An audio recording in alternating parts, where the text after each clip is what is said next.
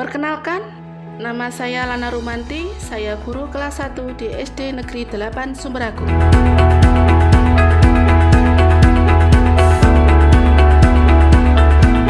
Saya termasuk guru yang baru mengajar di SD ini. Sebelumnya, saya mengajar di SD Negeri 1 Sarongan. Assalamualaikum. Waalaikumsalam. Banyak sekali hal baru yang saya temukan di SD ini. Mulai lingkungan baru, teman baru, dan siswa yang tentunya baru. Ada satu hal yang menurut saya menarik perhatian saya ketika mengajar di SD ini.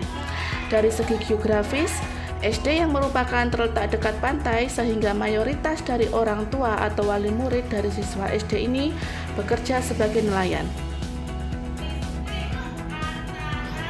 Pertama kali saya mengajar, saya agak terkejut melihat siswa didik saya. Banyak anak yang tantrum sehingga mudah marah-marah ketika di kelas.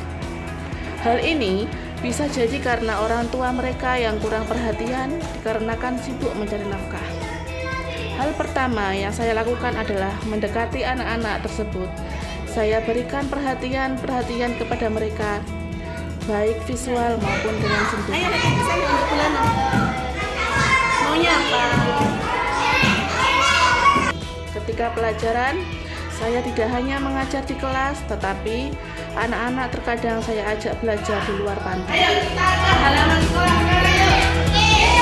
Bukunya di bawah, pensilnya di bawah. Balik dulu yang rapi.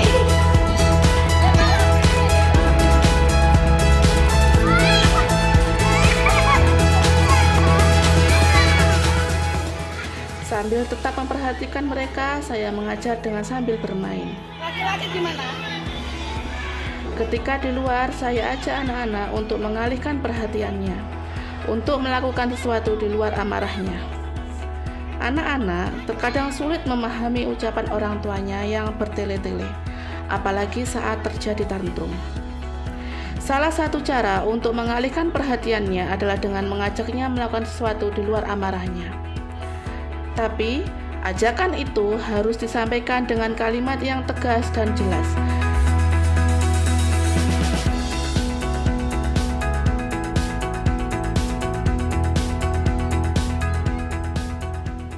Demikian kegiatan saya saat pembelajaran dan menangani anak yang tantrum.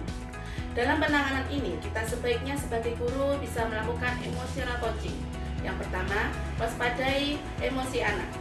Dengan ini kita jadi lebih bisa mengenali emosi anak. Apa sih yang sedang anak rasakan? Yang kedua, gunakan momen emosional sebagai peluang untuk terhubung.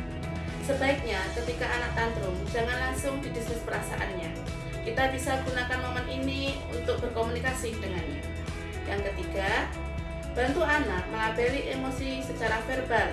Kita sebagai guru bisa bertanya, apa yang sedang anak rasakan? Anak merasa kesal, sedih, atau sedang marah. Lalu, minta anak ucapkan secara verbal emosi yang sedang anak rasakan. Ini sangat membantu anak untuk mengenali emosinya sendiri. Yang keempat, komunikasikan empati dan pengertian. Kita sebagai guru harus bisa mengatakan kepada anak apa yang sedang anak rasakan. Kita bisa mengerti apa yang sedang anak rasakan. Yang kelima, tetapkan batas dan selesaikan masalah. Kita sebagai guru harus bisa mencari solusi terhadap anak bersama-sama dengan anak. Dalam hal ini kita juga bisa mengajarkan bagaimana berkompromi dengan situasi. Semoga pendidikan di Indonesia, khususnya di Banyuwangi, semakin maju dengan meningkatkan kepedulian kita terhadap masalah anak. Hidup guru, hidup PGRI, solidaritas, yes!